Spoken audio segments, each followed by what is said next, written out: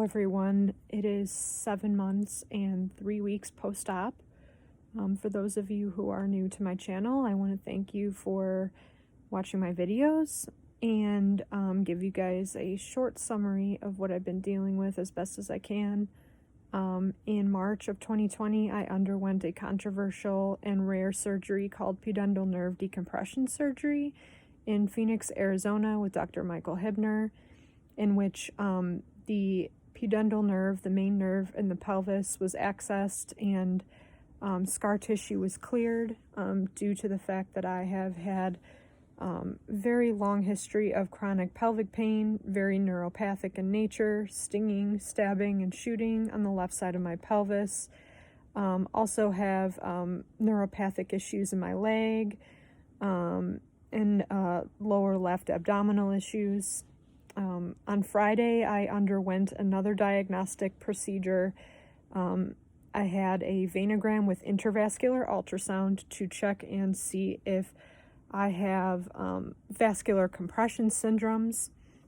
The main vascular compression syndrome that my doctor is curious about is May-Turner syndrome, which is the compression of the iliac vein, the left iliac vein by the right iliac artery. And also he checked for Nutcracker syndrome, which is a kidney compression disorder, and also pelvic congestion, which is subsequently the ovarian veins of the pelvis being congested and or lack of blood flow. So I underwent the venogram, and the diagnosis of May-Turner syndrome was confirmed, as well as moderate Nutcracker syndrome. I was 75% compressed in the iliac vein, and I was also moderately compressed in the kidney vein. And he also said that my ovarian veins pretty much have next to no circulation whatsoever. So I have multiple vascular compressions, which kind of brings me to more questions than answers. I figured I pretty much would have something like this show up. It gets a little bit complicated here because recently I came across, well, not recently, in the past I've talked to a couple of people in the pudendal neuralgia groups that have a genetic disorder called Ehlers-Danlos syndrome, which is basically a subset of genetic mutations, about 13 to 15 different types that basically code for collagen, either the makeup of collagen or the folding of collagen in the body. And people with EDS have joint hypermobility, connective tissue hypermobility, blood vessel hypermobility, and skin hypermobility. So all of these things are affected by the genes that code for collagen production or whatever, what have you. And there's so many different types. So early in my journey, I did talk to some people that have these genetic conditions. And in the back of my mind, I always wondered if I was one of those people. And then recently I saw a Native American healer at my physical therapy center who had all these very spot-on premonitions about my past, including emotional trauma and physical trauma and stuff like that, as well as just medical things and whatever. And he strongly believed that I have a type of EDS, but until I see a genetic doctor and get the testing done, there's really no way to know if I have something like that. So I brought it to the attention of my interventional radiologist. He's a really awesome doctor. I like him a lot. And he strongly believes that I have a vascular form of EDS, which would explain a lot of the reasons why I have such neuropathic pain and such blood issues, including the vascular compression syndromes.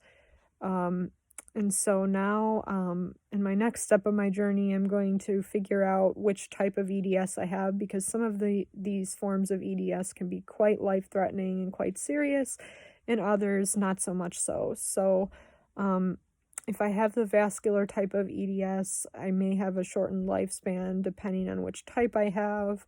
Some people experience rupturing of blood vessels and things like that. My parents have been pretty good. Like, they're in their 60s, and they're very able-bodied and haven't had major issues thus far, but the subtle issues that we all have are kind of sort of coming to the forefront, if that makes sense.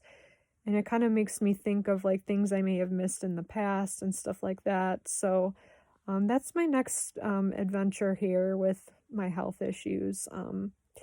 So I brought this to my doctor's attention, and he does work with a bunch of people that have vascular EDS, and he seems to think that he can help in that realm and possibly get me to a geneticist. However, I've been joining more Facebook groups trying to find other people's recommendations for doctors that are specialists in living life with EDS, because it really can encompass a lot of different specialties: gastroenterology, circulation, nervous system, all of the above, physical therapy as well. So it's going to be a long road still, and I don't believe I'm done. So the other issue that I was stumbling back and forth on is if I wanted to have the stent placement. And so I talked to my doctor about this, and he said that if he didn't see a greater than 50% iliac vein compression, that he would not place the stent. So I went ahead and had the stent placed due to the fact that I have about a 75% compression. Right off the bat, I kind of did notice a little bit of difference in my neuropathic pain, at least a little bit in the pelvis. It's still kind of present when there's specific digestive pressure being pushed on it. I'm still dealing with horrendous back and abdominal pain on my left side, and that's to be expected. I do have a foreign object placed in my veins, so my body's going to take some time to adjust. He says it's about a month until people start feeling and noticing a difference. I, however, just feel like my old self. I don't really feel any different overall. The more that I move around and stuff like that, I still kind of don't feel any changes, at least in my nerve pain. I'm on blood thinners now. I'll have to be on Plavix for about 3 months. And then after that, I'll have to do some other dosage or other medication in terms of blood thinning. I had a little bit of a complication. I was supposed to be released after one day at the hospital, actually the same day, but the pain issues were so bad, and I got up and walked to the bathroom on my own, but then on my way back, the pain was just horrendous. So they kept me overnight, and I'm glad they did, because as the hours went on, I was having issues with standing up and feeling extremely faint. A couple times I almost fainted. My legs turned bright red, which I never had seen before. I was kind of experiencing like POTS type of symptoms, like upon standing, like just lightheadedness. And they took my blood pressure when I was sitting, standing, and laying down, and it was mostly the same, but my heart rate was really through the roof. And the nurses wanted to say because I was on my period, that was the reason why my legs were turning bright red. Like, that's ridiculous. And this is part of the reason why people ask me, like, why do you even want to know what you have, like a genetic disorder and stuff like that? And for me, I'm just kind of like, because of things like that, like, nobody has been taking me seriously. And if I have some kind of life-threatening thing going on, at least then if I have it on paper, people will maybe take me seriously, because some of these types of EDS can cause like spontaneous rupturing of colon and blood vessels and stuff like that. And if I have an emergency situation and people don't know what it is they're dealing with, it's kind of really, really hard to get doctors to take you seriously. So that's kind of why I need to pursue this, and I need to keep going, and I need to figure out which type of EDS I have, because I definitely believe that I have some type of EDS. Whether or not it's a vascular type, I don't know, but I need to find out. So that's my next step in this journey. I'm on day 3 after the stent placement, so I've been eating pretty decently. However, any type of food I put in me, it just hurts my abdomen. Any movement of my digestive system hurts my abdomen, and it hurts my nerves, and it hurts my pelvic floor, and it hurts, everything hurts. I'm so starving hungry. I just want to eat normally, and I can't. I'm scared to. I'm scared to walk. I'm scared to do anything. it's just like living in a constant prison and hell. And I'm happy I went through with the venogram. I really am happy that I figured out what was going on. As for follow-up with my doctor, he says in about a month he'd like to see me again, and we can decide where to go from there, because I have a feeling he's going to talk to me about ovarian vein embolization, and I'm just kind of not really ready for that yet. And if my symptoms don't get better, he may decide to pursue maybe like a nutcracker surgery or something like that, but I can't put my family through any more surgeries. I think this was my last shot, and I just have to pretty much live with and deal with my issues from here. But I'm really interested in getting to see a geneticist. There's this doctor in Indianapolis, Indiana, that one of the group members for EDS posted that was one of the best in the country for EDS.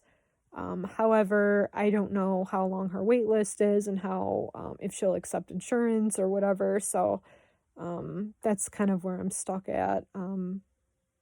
I would love to tell everybody that I'm getting better, and I would love to tell everybody that I am in good spirits, but I really can't at this moment, because I'm just super scared on what my future is going to look like, and if, my lifespan is going to be shortened because of this, and I'm just basically feeling really guilty of what I've been putting my family through, and just all the stress, and still no fix, and no answers, and no quality of life has been gained back from this. It's just given me more questions, and not enough answers and more questions. And there's a lot of people that, you know, turn to this blog for inspiration, and people who come here to get help with, you know, dealing with pelvic nerve pain and stuff like that. But I feel like my condition has spiraled so out of control. Like, it just started at the pelvic nerve pain, and now it's just ended up in an entirely different place. And I don't know where that leaves me. I don't know if I'm a pelvic pain patient anymore, or if I'm a genetic, you know, anomaly, or what have you. But at this moment in time, like, I'm just a person that has been struggling for 7 years to find some kind of quality of life, and I haven't found it yet, and I don't know if I ever will. And acceptance is something that I haven't come to terms with yet. I want to say that I'm in good spirits. I want to be positive. I want to try, but I'm just not there yet. And I just hope that you guys will bear with me in figuring out what's wrong with me. And I thank you for your support. Any support you guys have shown is, I'm truly grateful.